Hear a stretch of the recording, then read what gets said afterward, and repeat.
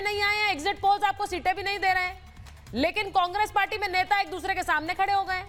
अब आपके नेता तो अभी इन आरोपों पर भी बोल रहे हैं जो अरविंद केजरीवाल लगा रहे हैं। क्या लग रहा है आपको, ऑफर मिला है अरविंद केजरीवाल के नेताओं को? देखिए सुचारिता जी, सही बात है कि अरविंद केजरीवाल के ड्रामा में शक का घेराव आ गया, शक आ गया है। संजय सिंह 7 कह रहे हैं, अरविंद जी 15 कह रहे हैं और 1 का नाम दिया। और वो 1 भी भाई पता नहीं जीतेगा नहीं जीतेगा, पहले पैसा कोई क्यों देगा, सवाल तो ये बहुत बड़ा है। ये ड्रामा चल रहा है, उस ड्रामे पर बिल्कुल संज्ञान लेना चाहिए, जांच होनी चाहिए। मेरी डिमांड हमारी कि दूध का दूध और पानी का पानी होना चाहिए। जीतने बात की बात ही पहले कर रहे हैं, भाई कोई विधायक जीतेगा जब तो 15 करोड़ देंगे, कम पड़ेंगे तो देंगे ना। अब सारे चैनल तो दिखा रहे हैं बीजेपी सरकार बना रही है, कम पड़ेंगे तो देंगे ना, मतलब आप कह रहे हैं बीजेपी को कमी नहीं पड़ने वाले है। आप तो बैटिंग कर रहे हैं बीजेपी के लिए।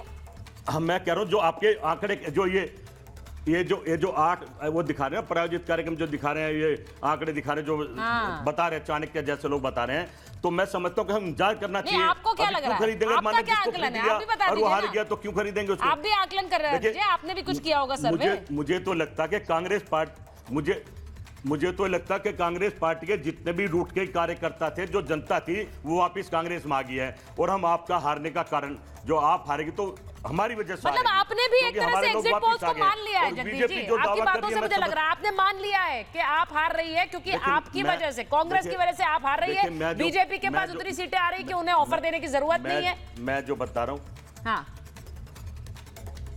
सुचारिता जी, मैं पिछले 30 दिन से चुनाव को बड़े ध्यान से देखता हूँ और मैं खबर बनाता हूँ। मैं आपको बता दूं कि खेल चल रहा है, चुनाव नहीं चल रहा है, युद्ध चल रहा है, छोटे बड़े में, झूठे सच्चे में।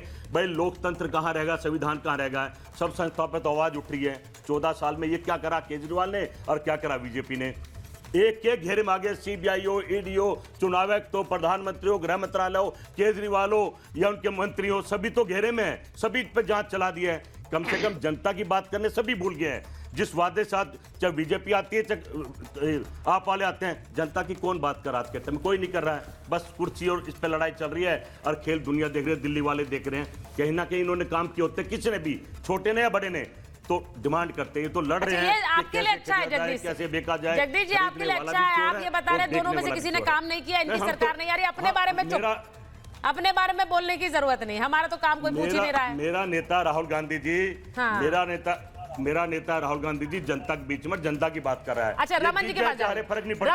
रमन जी आपने अभी बोला कि 20 सीटों से ज्यादा नहीं आएगी, यानी आपका ये मानना है कि जो एग्जिट पोल्स आकलन दे रहे हैं उससे भी ज्यादा सीटें बीजेपी के पास जा सकती हैं? देखिए, मेरा जो आकलन था, मैंने ये बोला था कि चुनाव से 5-6 दिन पहले तक मेरे पत्रकार मित्रों से जब भी बात होती थी, मेरा एक ही स्टैंड था कि 5-6 दिन पहले चुनाव से मैं कॉल करूंगा कि जी मेरे को क्या लगता है। और उसमें मैंने एक वीडियो ट्विटर पे डाला हुआ है, वो देखना चाहें पवन जी भी देख सकते हैं। मैं कोई इसमें चेंज नहीं कर रहा।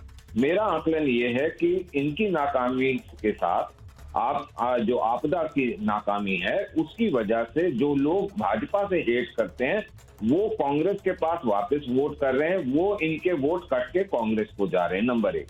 नंबर 2, इनकी जो नाकामयाबी है उससे और भाजपा के काम से प्रभावित होके जो एक नेचुरल ट्रेजेक्ट्री बनती है, वो बनती है 4-4.5% की। साथ में एडिशनल जो इनके गलत आरोप अरविंद केजरीवाल ने लगाए, जो अंदर से इनकी आपस की कलह चल रही है, आतिशी और सौरभ और मान साहब एक तरफ और बाकी लोगों को काट पीट करना और सेट करने की एक अंदर से जो चल रही है कुताई, वो अलग। हाँ। तो उसकी वजह से कितने ट्रांसफर होते हैं, क्या वो 4.5% की बजाय 8.5% के करीब वो ट्रांसफर होता है, उस पर ये डिपेंड करेगा कि भाजपा की सीटें कितनी आएंगी। और ये जो चुनावी गणित है ये इसलिए भारी पड़ रहा है कि एको अहम द्वितीय न कोई का जो एक फलसफा अरविंद केजरीवाल ने अनडेमोक्रेटिकली इस पूरे संगठन को कब्जा रखा है, उससे सफोकेशन इनके नेताओं को हो रही है। अगर मतलब एक जनरल ओपिनियन है, अगर आपको नहीं अच्छी लगी तो मैं माफी चाहूंगा, आपको ना अच्छी लगे, लेकिन ये मेरी ओपिनियन है। देखिए, आपने एक बड़ी बात कही और पवन जी जो रमन जी कह रहे हैं वो बात इंपॉर्टेंट है। वो ये कह रहे हैं कि जो आरोप आप लोग बार बार लगाते रहे, हर बार कोई ना कोई आरोप, वो बहुत अच्छी तरह से लोगों के साथ नहीं गया है, वो आपके एक हार का कारण बन रहा है और वही आप फिर से कर रहे हैं। 15 करोड़ वाला ऑफर भी उसी कड़ी में है। ये रमन, अब ऐसा लग रहा है रमन जी का मतलब ये। सुशांत, एक मिनट। जी बोलिए। अगर 2 तिहाई आ रहे हैं तो उसका मतलब 47 सीटें हो गई।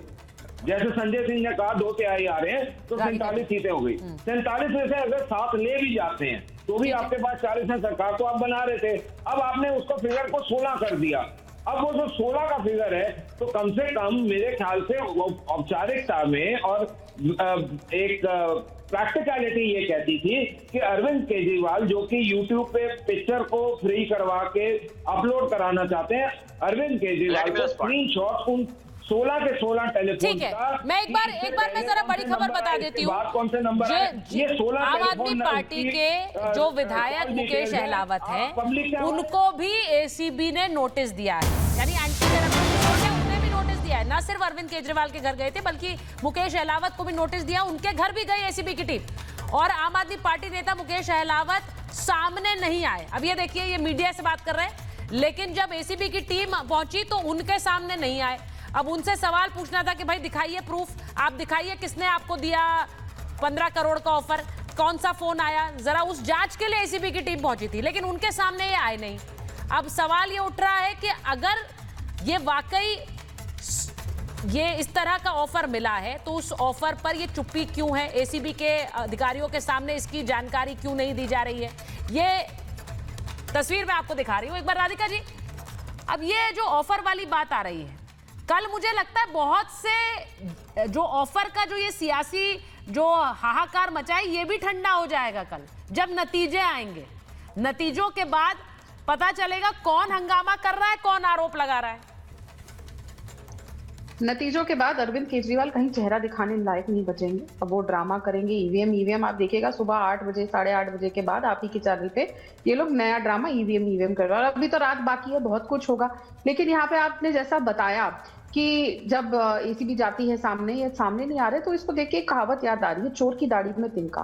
क्योंकि अगर ये सत्य बोल रहे होते और इनके पास सच में ऐसा कॉल आया होता, वो तो सीना चौड़ा करके बाहर आते और बोलते हाँ लीजिए नंबर, करिए अरेस्ट। जब एलजी साहब ने सामने से कह दिया कि कार्रवाई हो ही जाए तो इन लोगों को इस बात पे तकलीफ हो गई कि आज तक तो इतनी जल्दी कार्रवाई नहीं हुई। इनके नेताओं ने कहना शुरू कर दिया अब एलजी साहब बड़ी जल्दी जल्दी कार्रवाई करवा रहे हैं और किसी बात पे वो ध्यान नहीं देते। अरे भाई साहब आपने कंप्लेंट करी। और यहाँ पे जो बोला जा रहा था, इनके प्रवक्ता कह रहे थे, इनका एक्चुअली क्या है ना, आम आदमी पार्टी के प्रवक्ताओं का सारा ध्यान बस राधिका खेड़ा कौन सी पार्टी में थी, किस में थी, इसमें रहता है। अगर थोड़ा सा ध्यान अपनी पार्टी पर रखते तो भाई साहब एग्जिट पोल हो 2020 के या सारे के सारे ओपिनियन पोल हो, सबने आपको 60 सीटें दी थी।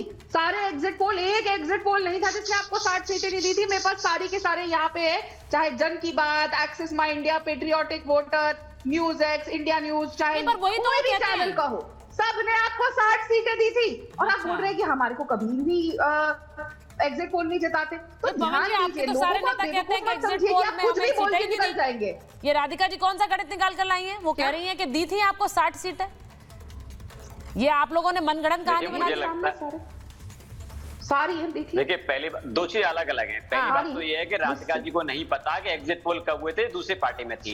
एग्जिट पोल में आम आदमी पार्टी को 2015 अरे भैया दिल्ली से मैं चुनाव लड़ी हूँ 2020 का। कौन सी दुनिया में रह रहे हैं?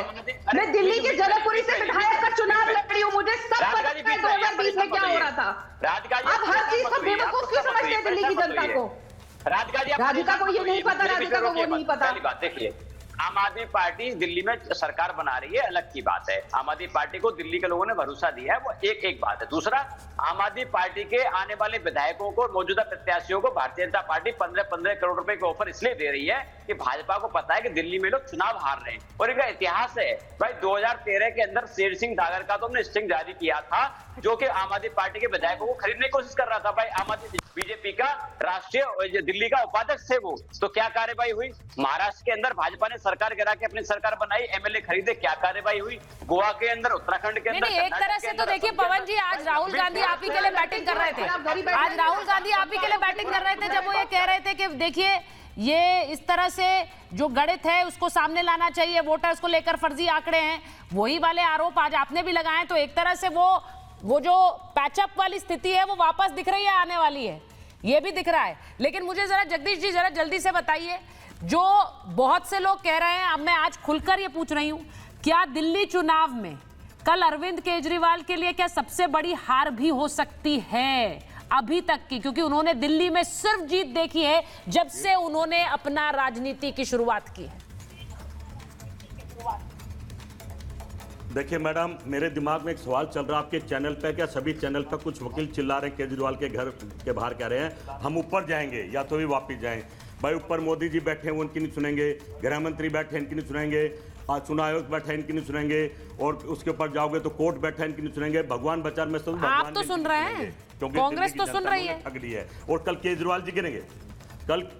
कल केजरीवाल, कांग्रेस ने सुना, कांग्रेस मैदान में आई, जो कहते थे नहीं आई, और केजरीवाल का बंटा डार कर दिया। इस बात को समझ लो।